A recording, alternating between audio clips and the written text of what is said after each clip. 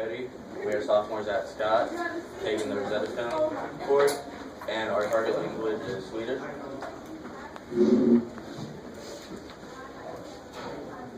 We have two categories, Rosetta Stone and content. Information about Rosetta Stone is the best program to learn a new language. It immerses you into the program just as you would learn a language as a little kid. It teaches you a new language directly, without translation. The Rosetta Stone in school, your students will excel in learning a new language.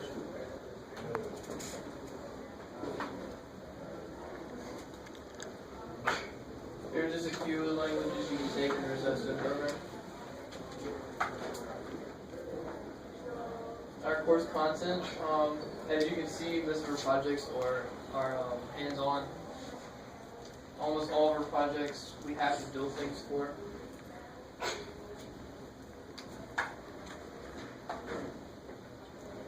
Next we learn in Rosetta Stone is our content. What we learn in our content is the language and the culture of it, of our target language. We learn our target language from being completely immersed into the language, and by this I mean that there's no English involved in the actual course itself, and we learn the phrases or words by the pictures that are either acting out of it or that show it. And also cognate. A cognate is a word that looks and sounds similar to the English word of it. And we learn our culture through our projects, which we as a whole class do. Like, we do project planning, and that's where we all collaborate as a class and write up on the board what projects we want to do, and we slowly knock ones out until we get down to one. We also create our rubric to know what the score is going to be, and it's a lot of individual research, so you really have no time to slack off.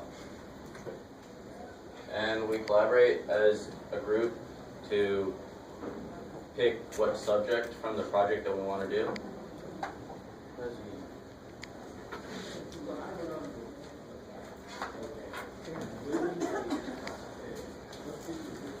My name is Seth, and I'm Chris. We're sophomores taking the Rosetta Stone class. If this was loaded. It happens. Sometimes if you refresh the page, it might help.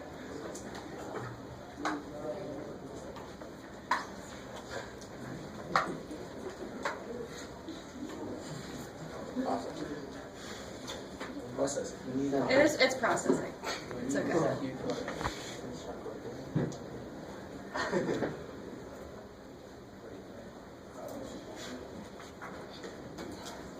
Why don't you tell us what you're going to talk about while we're waiting? What's up, man? Oh,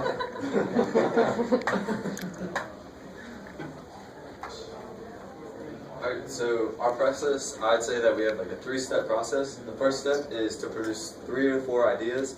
We all, as a group, and then we come up to the board, write them on here.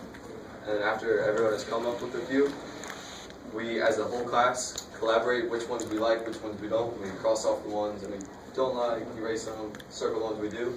And then after we bring it all the way down to one choice, we create a rubric or a scoring system in which we assess, and then we not only assess ourselves, but we assess each other as well. And if there's any questions about anything or any students confused, we come together and find out how to solve that. These are just a few examples that we have. This is the Great Wall of China made out of marshmallows. This one is the Roman Colosseum made out of popsicle sticks and paper. And this one is really unique because it's a Italian castle that the group actually took the original blueprint of the castle and etched it out. So this is a scale model of the castle.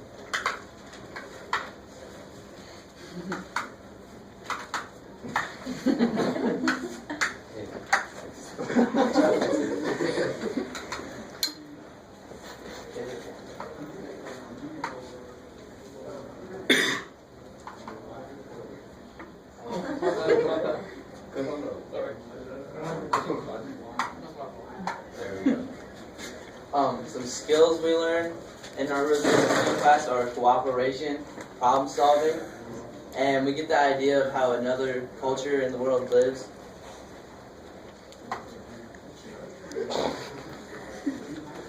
Alright, a lot of time, or actually most of the time, we work as groups. We just learn compromise, cooperation, and we learn patience and trust. You did it again. It's a corporation. Patience and trust. We each assign each other roles, and we have to trust that each group's gonna do what they're supposed to do.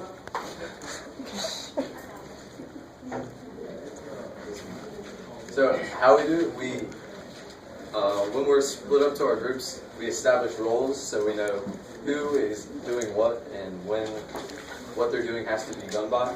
So that helps us with a lot of real world skills. We learn real world skills and deadlines. This can correlate to real world, like working in business. That you have to get things done by a certain time.